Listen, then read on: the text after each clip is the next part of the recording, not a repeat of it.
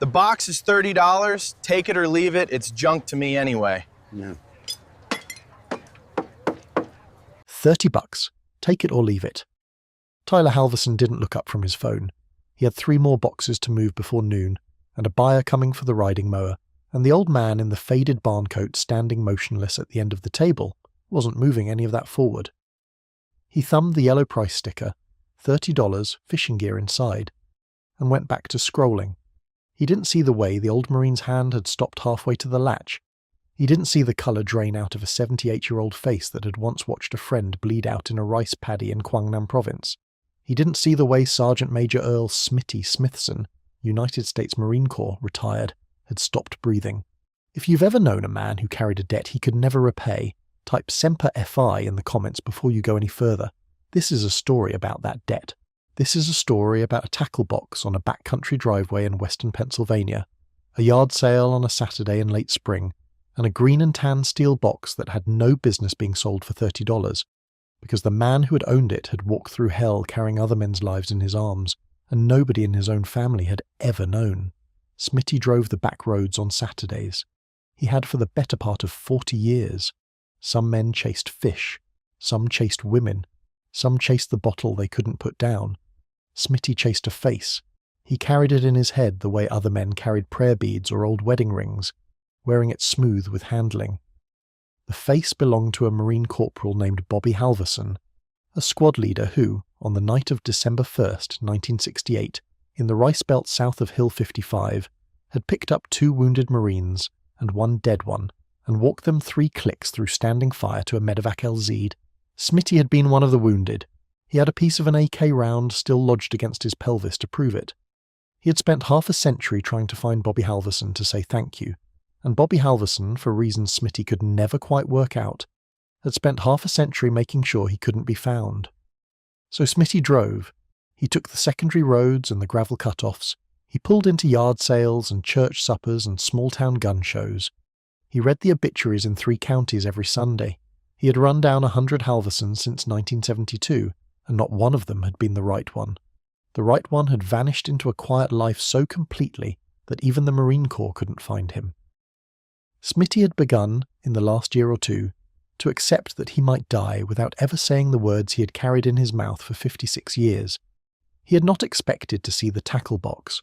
The tackle box, you understand, was a particular thing. It was army surplus, a Korea-era ammo can painted over by some enterprising soldier in olive drab and dust tan, fitted out for fishing gear at home, and then carried over to Vietnam as a personal effects box because the issue sea bag was too small to hold a young man's whole life. Smitty had watched Bobby Halverson sit on that box outside the squad hooch at An Hoa Combat Base and write letters home to a girl named Marilyn. He had watched him stencil the letters BH on the lid in white paint. The lid in front of Smitty in the driveway in Pennsylvania had 2 letters on it where the paint had worn almost down to the metal. BH. He could not move his hand. Sir, Tyler had finally looked up. The old man's stillness had begun to register through the haze of texting and price tag stickers, and the urgency of getting his late grandfather's garage cleared before his mother came back from the church. Sir, look, it's $30. There's just lures in there. Old stuff. My grandpa fished. That's the whole story. Smitty did not answer. His hand, which had not shaken in combat, was shaking now. He thumbed the latches, one on either side, brass, both of them stiff with age, and lifted the lid. The top tray held what the boy had said. Tangled monofilament, 6 rusted spoons, a daredevil with the red paint flaked off, a pack of split-shot sinkers, a yellowed receipt from a sporting goods store in Altoona. Smitty lifted the tray with both hands.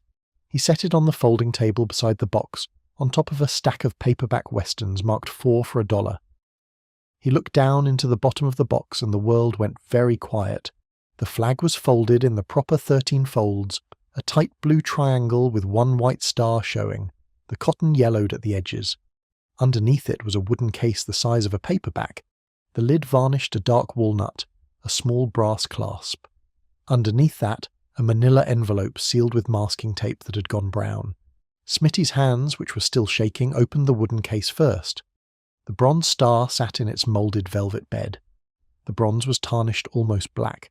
The ribbon was faded, but the V, the small bronze V for Valor, the device that meant the medal had been earned not for service, but for action under fire. The V was clear and unmistakable. Smitty looked at it for a long time. He did not blink. He did not breathe. He opened the envelope next. There were 3 pages inside, folded together. The typewriter ink faded to brown. The letterhead was the seal of the 1st Marine Division. The date was December 26, 1968. The signature at the bottom was the signature of Major General Ormond R. Simpson, who had taken command of the division 3 days before he signed it. The body of the letter began with the words, "On the night of December 1st, 1968, Corporal Robert J. Halverson, while serving with Company B, 1st Battalion, 5th Marines, in the vicinity of Hill 55, Quangnam Province, with utter disregard for his own safety, and under sustained enemy small arms and automatic weapons fire." The next paragraph named the wounded men he carried out. The 3rd name on the list was Lance Corporal Earl T. Smithson. Smitty made a sound that was not quite a word. He sat down, very carefully, on the open tailgate of his pickup truck, and he put his face in his hands and his shoulders began to shake. "Mister?" That was a different voice. A young woman's voice, soft. Tyler's sister, Marissa, 26 years old, just back from her grandfather's funeral the week before, had come out of the house with a tray of iced tea for the buyers and had stopped at the edge of the driveway. She was looking at the old man on the tailgate, and at her brother's face which had gone slack and confused, and at the open tackle box on the folding table. She set the tray down on the grass. She walked over. "Mister, are you all right? Did you... What's in the box?" Smitty raised his head. His eyes were wet. He looked at Marissa for a long moment and then he said very quietly, "Was Robert Halverson your grandfather, young lady?" "Pop," she said. "We called him Pop. He just... 3 weeks ago. We just buried him 3 weeks ago." Her voice cracked. "Did you know him?" Smitty laughed. It was a terrible sound. Half a laugh, half something else. "No, Mom," he said. "I didn't know him. I owe him my life, but I didn't know him. He wouldn't let me know him." Tyler, behind her, was staring. "Sir, what's in there? You said 30... I said $30. I didn't..." "Son," Smitty said, and his voice was steady now, the way it had been steady in a paddy 56 years ago. "Son, your grandfather earned the 4th highest valor decoration my Corps gives, short of the Silver Star and the Navy Cross and the Medal of Honor. He earned it the night he carried me out of a kill zone with a bullet in my hip and another Marine across his shoulders and a 3rd one, a boy named Danny Ruiz from El Paso, already gone, and he wouldn't leave Danny because Bobby Halverson didn't leave Marines behind. The flag in that box belonged to Danny. Your grandfather kept it for 56 years because Danny's mother sent it back to him when she got old, because she said he was the last family Danny had left. I know this because I have spent every Saturday for 40 years driving these roads looking for him, and he died 3 weeks ago, and I missed him by 21 days. And this is the part of the story where the old Marine reached for his phone." Marissa was crying. Tyler had taken a step back from the table. He was looking at the tackle box the way a man looks at something that might bite him. Smitty pulled a flip phone out of his coat pocket, one of the old kind, the kind young people laugh at, and he dialed a number he knew by heart. He spoke to whoever answered for less than 30 seconds. He said the words, "I found him," and then he said an address. Then he closed the phone and put it back in his pocket. "Mom," he said to Marissa, "I'm going to ask you to put the lid back on that box for me. I'm going to ask you to put the flag and the medal and the letter back the way your grandfather had them. And I'm going to ask you to wait about 40 minutes. Then a friend of mine is going to come down this driveway, and he is going to tell you about your grandfather, and you will know what kind of man you had in your life and what you have lost." The 40 minutes were long. Marissa sat down beside Smitty on the tailgate. She didn't say much. She kept looking at her brother, who had gone into the house and come back out twice, and finally just sat down on the porch steps with his head in his hands. The yard sale stalled. A few cars pulled into the driveway and Marissa quietly told them they were closing up early. Smitty watched the road. The car that came down the driveway 43 minutes later was a steel grey sedan, very clean. The man who got out of it was 81 years old, lean as a fence post, wearing a navy windbreaker with a small embroidered patch on the breast that read, 1/5 Vietnam. He stood by the open door of the car for a moment, looking at Smitty, and then he closed his eyes briefly, and then he walked up the driveway. He stopped in front of Tyler and Marissa, and he came to attention the way only an old Marine can come to attention, and then he relaxed and put out his hand. "My name is James Marrick," he said. "Colonel, United States Marine Corps, retired.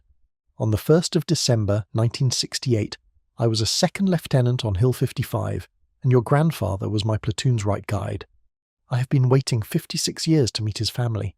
I am very, very sorry I am meeting you under these circumstances." He turned to the table. He looked down into the open tackle box, at the flag and the medal and the letter, and he did not speak for a long time. When he did, he was speaking to Marissa. "Your grandfather," he said, "was the bravest man I ever served with. The action that night, the action described in that letter, I wrote the original recommendation for him. Major General Simpson signed the citation just before Christmas. The medal you're looking at is a Bronze Star with Combat 5. Your grandfather earned it for going back into fire 3 separate times to bring out men he was responsible for. He carried Sergeant Major Smithson here out on his shoulders. I watched him do it. I tried to call him 100 times over the years. I sent letters. He sent them back unopened. He never came to a reunion. He never wore the medal. He never spoke about it. Some men carry it home and put it on the wall. Some men carry it home and put it in a tackle box and never open it again, and try to be the kind of man who fishes on weekends and goes to church on Sunday and tells his grandchildren nothing. I do not know exactly why he chose that. I think he carried Danny Ruiz with him every day for 56 years, and he didn't think he deserved to be celebrated for it." Tyler had stood up from the porch steps. He came down the driveway slowly. He stopped in front of Smitty. "Sir," he said, I'm so sorry. I called the box old fishing gear. I said $30. I didn't—" Smitty looked up at him. The boy was crying. The boy was about the age Smitty had been when he went into that paddy. "Son," Smitty said, "your grandfather would have said $30 too. That's exactly what he would have said. That's the kind of man he was. He didn't need anybody to know. The thing you have to learn from this morning is not that you almost sold something valuable for the wrong price. The thing you have to learn from this morning is that the man who fed you Sunday dinner and taught you to tie a knot and never said one word about any of this, that man chose the silence on purpose. And the silence cost him. And it cost me. Don't carry it forward. Tell your own kids about your grandfather. Read them that letter. Don't let him be lost twice." Tyler put his hands over his face. Marissa behind him put her arms around her brother's shoulders. Smitty stood up, slowly, because his hip didn't work the way it used to, and he closed the lid of the tackle box. He clicked the brass latches shut. He picked it up off the table and he carried it very gently to Marissa. "This is yours," he said. "It was never mine. It belongs to your family. It belongs to your children when you have them, and to your children's children. The flag belongs to Danny Ruiz, and your grandfather kept it safe for 56 years, and now you will keep it safe. The medal belongs to your grandfather. The letter, you will read aloud at every Memorial Day until you can't anymore, and then you will teach your brother to read it, and your brother will teach his son. That is what you do with it." Marissa took the box. She held it against her chest the way a woman holds an infant. She was nodding, and she could not speak. Colonel Marrick stepped forward then.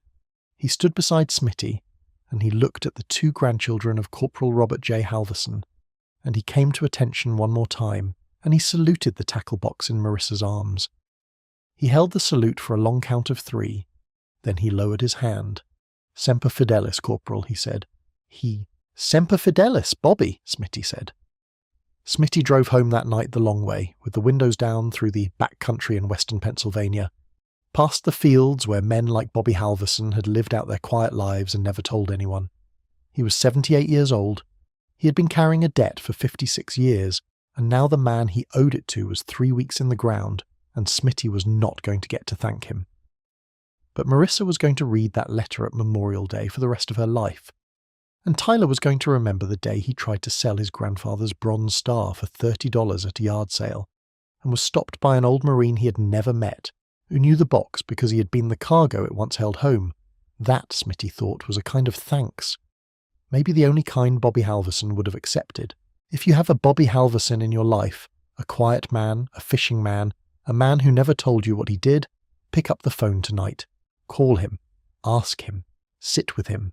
Don't wait 21 days. Don't wait for a tackle box on a driveway. If this story moved you, type Semper Fi in the comments, share this video with a veteran in your life, and subscribe to the channel, because there are 1,000 more Bobby Halversons out there, sitting in garages with green and tan boxes under the workbench, and we are running out of Saturdays to find them.